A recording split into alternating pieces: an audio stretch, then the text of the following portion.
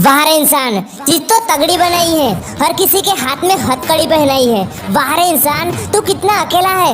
आंखें नीचे है तेरी, जबकि चारों तरफ मेला है। वाह रे इंसान, सबका ज़मीर झुक गया है। इंसान तू कितना भी बड़ा हो, तेरा सर भी झुक गया है। वाह रे इंसान, इज्जत करना तू भूल गया है। जो तेरे पास है और भाव उसको देता है जो चैटिंग में उस पार है।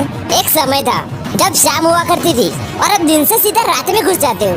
एक टाइम था जब घर के बुजुर्ग कहानी सुनाया करते थे, अब किसी के पास टाइम ही नहीं है। एक समय था कि जब फोन में लाउड स्पीकर नहीं होता था, तब पूरा घर इकट्ठा होकर उनकी बातें सुनता था। आज हर फोन में लाउड स्पीकर है, लेकिन कोई किसी दूसरे को सुनाना नहीं चाहता। थोड़ा सा और आगे बढ़ गए हम।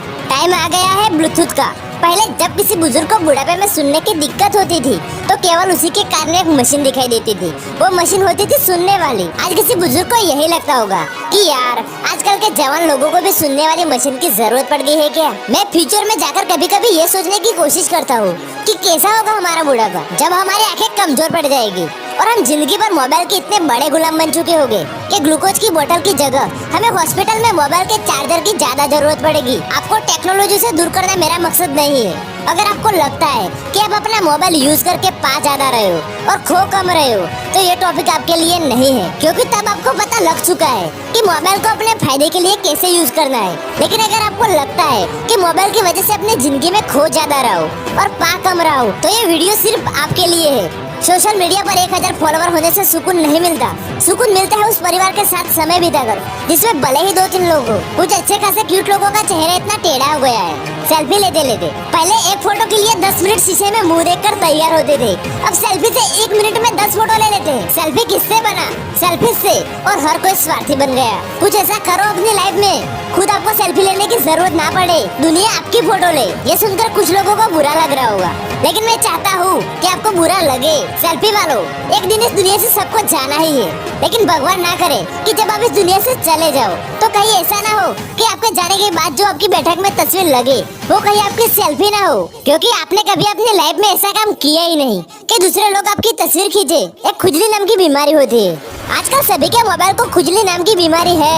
हर 5 मिनट में अपने मोबाइल को खुजलाना पड़ता है। ये जो आपका अंगूठा है ना, बड़ी कमाल की चीज है। पहले अनपढ़ लोग अंगूठा लगाया करते थे, आजकल पढ़े लिखे लोग 100 बार फिंगरप्रिंट स्कैनर पे मोबाइल अनलॉक करने के लिए उंगली लगाते हैं। सुबह भी कुछ लोगों की नींद तभी खुलेगी जब मोबाइल को थोड़ा सा खुजलाएंगे। ब्रश कर रहे हो, एक हाथ में मोबाइल, खाना खा रहे हो तो डर रहे हो कि बाप के सामने डालने का मैसेज ना आ जाए, नहीं तो रिप्लाई कैसे करूंगा, वो गुस्सा कर जाएगी।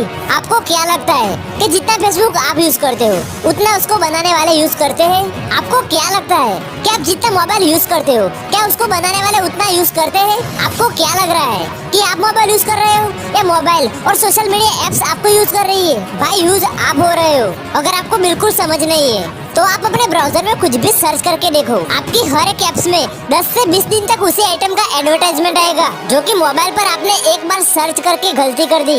आप क्या सर्च कर रहे हो वो सब आपके मोबाइल को पता है, और मोबाइल वो जानकारी किस किस को पहुंचा रहा है आपको कुछ भी नहीं पता। भारत में इंसानों की जो एवरेज लाइफ है ना, वो है 70 साल। अगर आप 10 साल की उम्र में मोबाइल यूज करना शुरू करते हो और अगर 60 साल तक आप उसको यूज करते हो, तो आप अगर दिन में 3 घंटे भी मोबाइल यूज करोगे तो आपके जिंदगी के लगभग 6 साल केवल मोबाइल पर ही खर्च हो जाएंगे। वही अगर आप केवल आधा घंटा मोबाइल यूज करो और 1 घंटा नींद कम कर दो, तो आपको पहले वाली कंडीशन के कंपेयर में 7 साल ज्यादा मिलेंगे। इतना आसान है टाइम को बढ़ाना। मोबाइल पर टाइम को वेस्ट करना बंद कर दो। अगले 10 दिन तक जितने भी फालतू एप्लीकेशन के नोटिफिकेशन आ रहे हैं ना, उन एप्स को या तो अनइंस्टॉल करो या फिर उनके नोटिफिकेशन को ब्लॉक कर दो, क्योंकि सुबह वो आपके दिमाग में कोई थॉट ना डाले।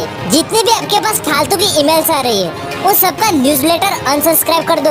अगले 10 दिन में ये ऑब्जर्व करो कि दिन के शुरुआती 2 घंटे में जिस तरह मोबाइल से टाइम वेस्ट हो रहा है, वो तरीका ही ब्लॉक कर दो। 10 दिन बाद आप देखना कि आपके पास कितना एक्स्ट्रा टाइम निकल कर आ गया, कितनी आपकी लाइफ मैनेज हो गई है, कितना आपका फोकस बढ़ेगा, कितने आपके डिस्ट्रैक्शन कम हो गए। मैं कहता हूँ कि जब आप मोबाइल यूज कर रहे हो ना, आप दिल खोलकर उस टाइम पूरा यूज करो, लेकिन जब आपका यूज खत्म हो जाए, जब आपकी जरूरत पूरी हो जाए, फिर आपका जो काम है ना उसको पूरे दिल से करो। जो स्टूडेंट बोलते हैं कि पढ़ने में मन नहीं लगता, उसका रीजन यही है, आपने मन लगाने के और तरीके ढूंढ रखे हैं। जो लोग बोलते हैं ना कि नींद नहीं आती या सुबह टाइम से उठ नहीं पाते, आप मोबाइल से मैनेज कर लो। 10 दिन तक नींद अपने आप मैनेज हो जाएगी। जिसके घर में लड़ाई चल रही है वो मोबाइल पर फालतू की चीजें देखना बंद कर दो, अपनी खुद की जरूरतें देखो। आपके लिए क्या सही है, क्या सूटेबल है, वो देखो। अगर आपकी महीने की मोबाइल से 1 लाख रुपया कमाई हो रही है तो मैं आपका फुल सपोर्ट करता हूँ। आप मोबाइल को यूज करो।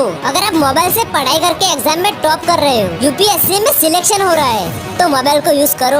अगर आपको पता है कि फायदा कैसे लेना है तो आप चाहो उतना यूज करो, फिर कोई दिक्कत नहीं है। पर आपकी लाइफ में कोई टारगेट नहीं है, कभी गेम खेल रहे हो, कभी फालतू के स्टेटस बदल रहे हो, डीपी बदल रहे हो, उनसे क्या मिलेगा? एक बार सोचो, आप सबसे बड़े गधे बन रहे हो। अगर आपको लगता है कि आज के इस वीडियो ने आपके विचार बदल दिए तो इसको शेयर जरूर करना, क्योंकि जिसके पास ये जाएगा हो सकता है कि उसके आगे ना बढ़ पाने का कारण मोबाइल हो, और हो सकता है कि इसे देखने के बाद उसकी आंखें खुल जाए तो उसका फायदा हो जाए। एक बार सोचो और कुछ ऐसा करो कि दुनिया में देश का नाम हो जाए। कुछ तगड़ी क्रांति लेकर आओ, लोग देखें कि क्या बंदा है, क्या काम किया है, इसने कितनी मेहनत की है। मोबाइल को यूज करना सीखो, ना कि सिर्फ चलाना।